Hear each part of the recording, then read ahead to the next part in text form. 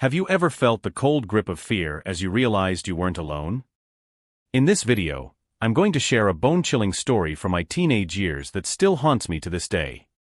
It all started when I decided to wait in the car while my friends wandered into the woods to smoke. Little did I know, a simple decision would lead to a terrifying encounter with something, or someone, that defies explanation. What would you do if you saw a figure sprinting towards you in complete silence? How would you react if your desperate cries for help were met with eerie stillness? This isn't just a story, it's a glimpse into a nightmare that became all too real. Join me as I recount every heart-pounding moment, from the initial boredom to the frantic escape, and the unsettling truth that followed. If you're ready to dive into a tale that will keep you on the edge of your seat, hit that like button and subscribe to my channel. Trust me, you won't want to miss this. Let's unravel the mystery together. When I was 17, I had two close friends who loved to smoke weed. Unlike them, I wasn't into it, but I didn't mind hanging out while they did their thing. One night, they wanted to go to the forest to smoke, and I agreed to drive them there. It seemed like a harmless plan, and I figured I could just wait in the car and listen to music. We drove to a spot in the forest they had been to before. It was a really old and dense forest, with towering trees that blocked out most of the moonlight. The place had an eerie feel to it, especially at night. I parked the car at the edge of the forest and watched as my friends grabbed their stuff and disappeared into the darkness. I decided to stay in the car and play some games on my phone. This was before cell phone flashlights were common, so the only light I had came from the screen. After a while, the novelty of the games wore off, and I started to get bored. I checked the time, it had been nearly an hour since my friends left. The forest was completely silent except for the occasional rustle of leaves. It was a bit unnerving, but I tried to shake off the feeling. Eventually, my curiosity got the better of me. I wanted to find my friends and maybe convince them to head back home. I stepped out of the car and took a deep breath of the cool night air. Looking around, I saw 4 different paths leading into the forest. Not knowing which one they took, I chose the largest path, thinking it would be the easiest to follow. As I walked deeper into the forest, the darkness seemed to close in around me.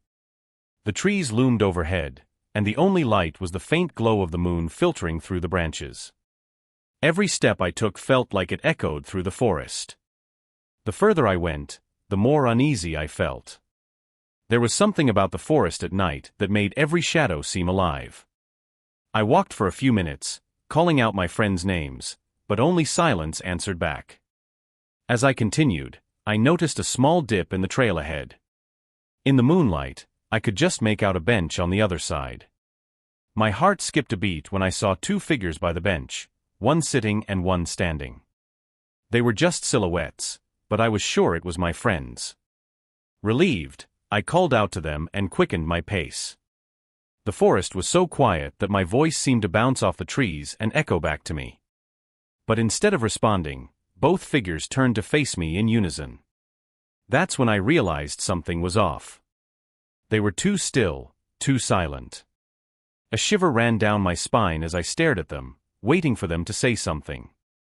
Then, without warning, the figure sitting on the bench stood up and started sprinting towards me at full speed. I was frozen in place for a split second, my brain struggling to process what was happening. The figure moved with such speed and silence that it felt surreal, like a scene from a nightmare. My survival instincts kicked in, and I turned around and ran as fast as I could back down the trail. The forest seemed to close in around me, branches snagging at my clothes and underbrush tangling my feet. My heart was pounding in my chest, and my breath came in ragged gasps as I pushed myself to run faster. The only thought in my mind was to get back to the car, to the safety of its locked doors. I didn't dare look back, afraid of what I might see. The sound of my own footsteps was deafening in the otherwise silent forest. Finally, I burst out of the trees and practically threw myself into the car, locking the doors behind me. Sitting in the car, I tried to distract myself by scrolling through my phone. The minutes ticked by slowly, and the novelty of playing games and checking social media wore off. I looked at the clock. It had been nearly an hour since my friends disappeared into the forest. The silence outside was unnerving, broken only by the occasional rustle of leaves in the breeze. My boredom turned to impatience. I considered honking the horn to signal my friends, but I didn't want to attract unwanted attention or disturb the quiet of the night. Finally, I decided to get out and look for them. The idea of stretching my legs and getting some fresh air seemed appealing, even though the forest felt eerie. Stepping out of the car, I took a deep breath and looked around. The night was pitch black, and the only light came from the moon casting ghostly shadows through the trees. In front of me were 4 paths, each leading in a different direction. I had no idea which one my friends had taken, but the largest path seemed like the most logical choice. I started down the path, my footsteps crunching softly on the fallen leaves. The forest seemed to close in around me as I walked deeper, the trees standing tall and imposing. With each step, the darkness seemed to grow thicker, and the sounds of the night became more pronounced. The further I went, the more uneasy I felt. There was something about the forest at night that made every rustle and snap feel like it was amplified. I couldn't shake the feeling that I was being watched, but I brushed it off as paranoia. I kept walking, occasionally calling out my friends' names, but there was no response, only the echo of my own voice. As I moved further into the forest, I began to regret my decision. The path seemed to stretch on forever, and the dense canopy above blocked out most of the moonlight. Shadows danced around me, and the trees seemed to whisper secrets in a language I couldn't understand. I told myself to keep going, my friends had to be somewhere up ahead. My unease grew with each passing minute. I tried to stay calm, but my heart started to race, and my palms grew sweaty. I reached a small dip in the trail and noticed a bench on the other side, barely visible in the dim light. Relief washed over me when I saw 2 figures by the bench, one sitting and one standing. I was sure it was my friends. I called out to them, my voice echoing through the trees.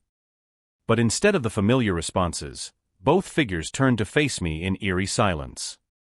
A chill ran down my spine as I stared at them, waiting for some kind of acknowledgement.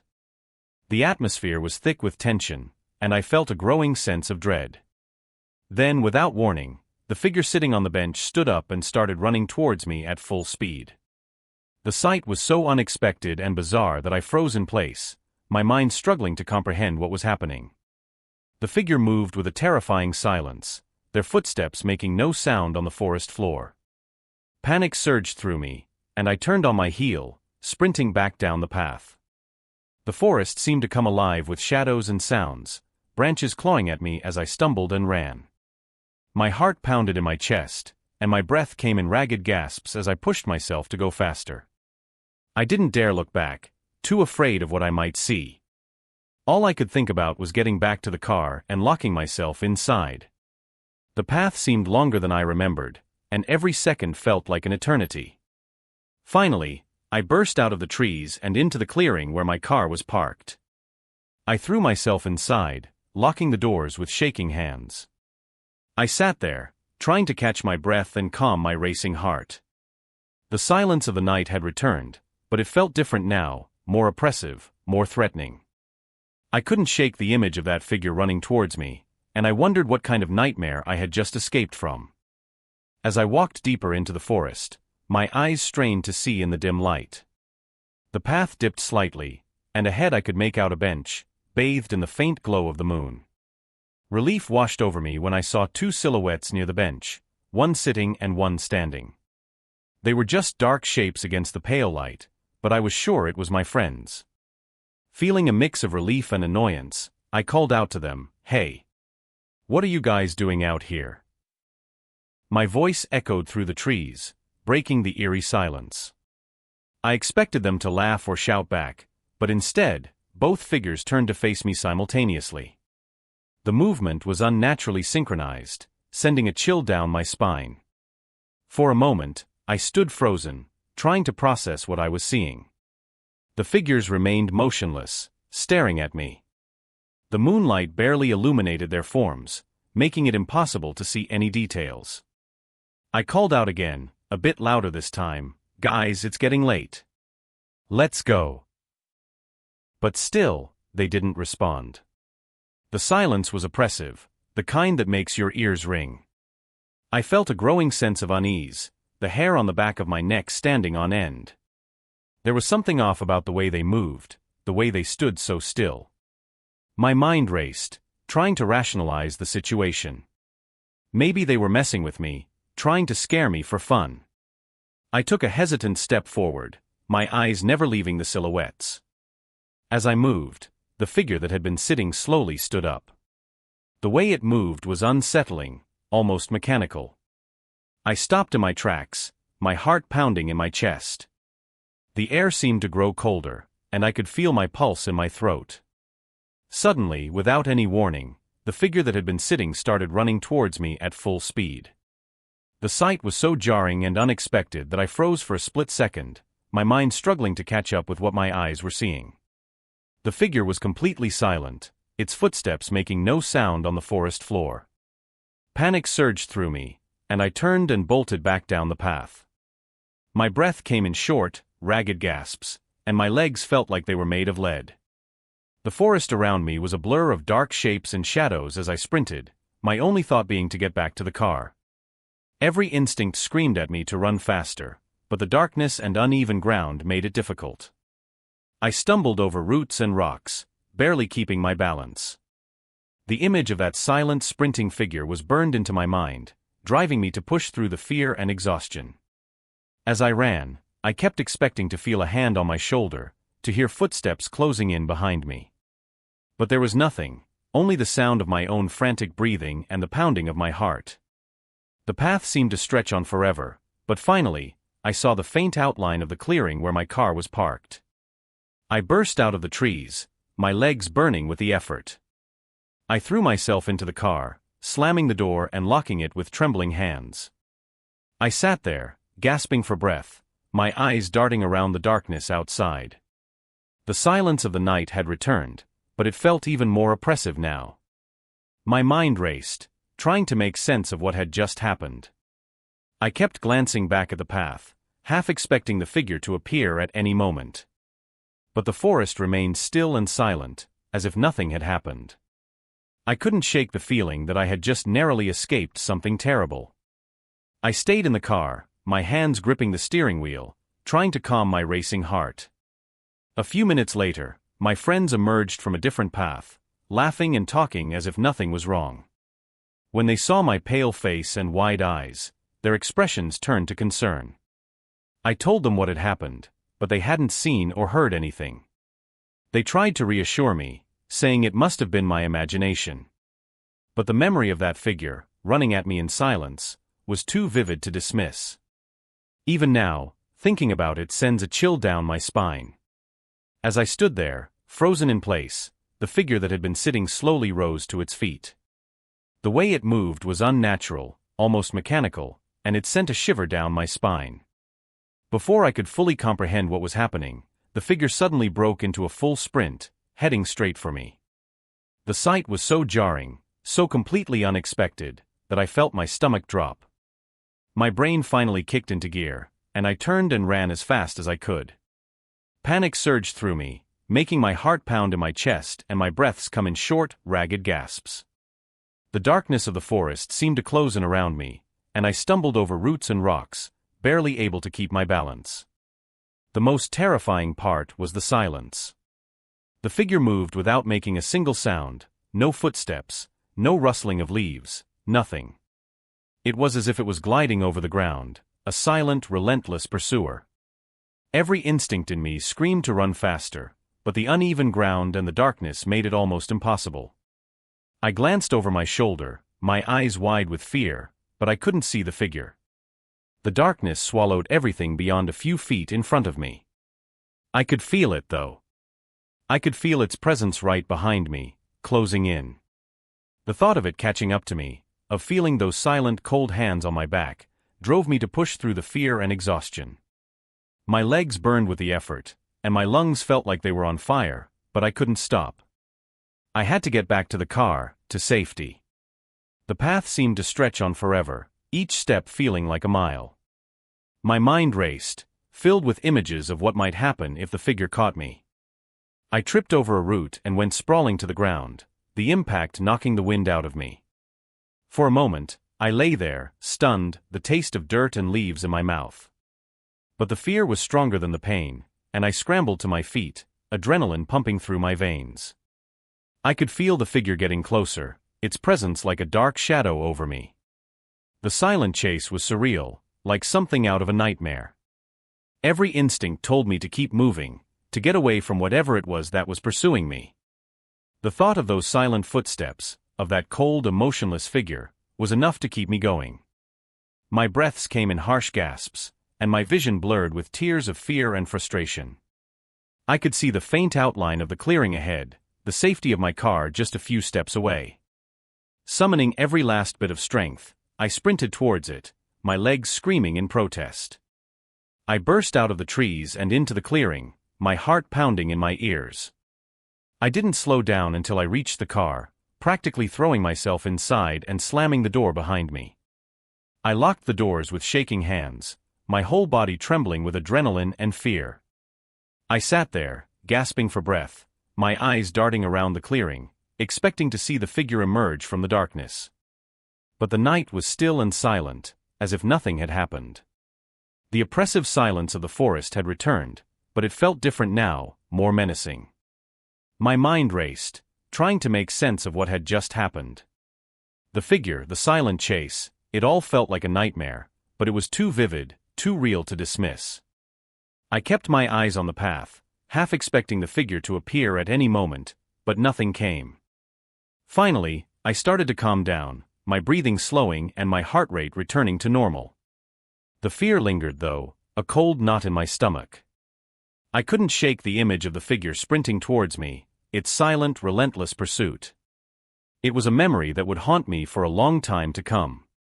I ran as fast as I could, my heart pounding like a drum in my chest.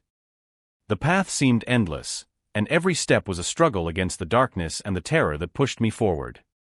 My lungs burned with every breath, but I couldn't stop. I had to reach the car. I had to get away from whatever was chasing me. When I finally broke through the trees and into the clearing, I felt a wave of relief wash over me. I sprinted to the car, practically diving inside and slamming the door behind me. My hands shook as I locked the doors, and I sat there, gasping for air, trying to calm down. The car felt like a fragile barrier between me and the darkness outside, but at that moment, it was my only sanctuary. Sitting there, my mind raced with 1,000 thoughts. What was that figure? Why was it chasing me? And where were my friends? My relief was quickly overshadowed by worry. What if they were in danger too? What if they encountered the same terrifying figure? I couldn't just sit there and do nothing, but the thought of going back into the forest alone was too much. I kept my eyes on the path, hoping and praying to see my friends emerge safely. Every minute felt like an hour as I sat there, my nerves frayed and my body tense with fear. Then, just as I was starting to lose hope, I saw them. My friends came walking out of a different path, laughing and talking like nothing had happened. The sight of them was both a relief and a confusion. How could they be so calm? Had they not seen or heard anything? I jumped out of the car and ran to them, my heart still racing. "Are you guys okay?" I asked, my voice shaking. They looked at me, puzzled by my frantic state. "Yeah, we're fine." "Why wouldn't we be?" one of them replied. I quickly told them about the figure, about how it had chased me in silence. Their faces turned from confusion to concern as they listened. "We didn't see or hear anything," one of them said. "We were just hanging out, smoking." "Are you sure you weren't imagining things?" Their words did little to calm me. The memory of the figure was too vivid, too real. I could still see it in my mind's eye, sprinting towards me in the darkness. But seeing my friends safe and sound brought a small measure of comfort. We all piled into the car, and as we drove away, I kept glancing in the rearview mirror, half expecting to see the figure standing at the edge of the forest, watching us leave. But the road behind us was empty, and the oppressive darkness of the forest faded into the distance. My friends tried to lighten the mood, making jokes and talking about their plans for the rest of the night, but I couldn't shake the feeling of unease. The terror of that night had left a mark on me, and I knew it would be a long time before I could think about it without feeling a chill run down my spine. As we drove back to town, I replayed the events in my mind, trying to make sense of what had happened. But there were no answers, only questions and a lingering sense of dread. The forest, which had once seemed like a place of adventure and mystery, now felt like a place of danger and fear. When we finally got home, I couldn't wait to crawl into bed and pull the covers over my head. But even in the safety of my own room, the memory of the silent figure haunted me. I lay awake for hours, staring at the ceiling, wondering what it was that I had encountered in the forest that night. And why it had chosen to chase me. Sitting in my room later that night, I couldn't shake the terror I felt in the forest. The image of that silent, sprinting figure was burned into my mind. My friends had dismissed it as a trick of the light or my imagination, but I knew what I saw. Their disbelief only added to my sense of isolation and fear. I kept replaying the events in my head, trying to find a rational explanation. But no matter how hard I tried, I couldn't make sense of it. The figure's movements, the way it turned and ran at me without making a sound, it was like something out of a nightmare. I shivered, remembering the sheer panic that had propelled me through the dark woods. For days, the fear lingered. I avoided talking about it with my friends, not wanting to seem paranoid or crazy. But every time I closed my eyes, I saw that dark silhouette, the way it seemed to glide through the forest without a sound. It felt like a warning, like something was out there waiting. At night, I found it hard to sleep. Every creak of the house, every rustle outside my window, made my heart race. I kept expecting to see that figure standing in the shadows, watching me. The thought of it kept me on edge, my mind racing with questions and fears I couldn't answer. I tried to focus on other things, school, friends, anything to take my mind off that night. But the memory of the chase was always there, lurking at the back of my mind. I wondered who or what the figure had been, and why it had chosen to appear to me. There were no answers, only an unsettling sense of mystery. My friends eventually stopped talking about it, and life went back to normal.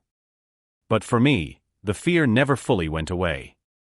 Every time we drove past the forest, I felt a knot of dread in my stomach. I would look out the window, half expecting to see that figure again, standing at the edge of the trees. The experience changed me. I became more cautious, more aware of my surroundings. The forest, which had once seemed like a place of adventure, now felt like a place of danger. I avoided going there, even during the day. The thought of stepping foot in those woods again filled me with a deep sense of unease. As time passed, the memory of that night faded, but it never disappeared completely. It was always there, a dark shadow in the corner of my mind. I wondered if I would ever find out what I had encountered, but part of me was afraid to know the truth. Even now, years later, the memory of that silent, sprinting figure sends a chill down my spine. The fear and confusion I felt that night are still vivid, a reminder of the unknown dangers that lurk in the darkness. It's a mystery that may never be solved, a haunting reminder of the things we don't understand. Who or what was that figure? Why did it appear to me? These questions remain unanswered, leaving me with a lingering sense of dread. The forest, with its dark secrets and hidden dangers, will always be a place of fear for me.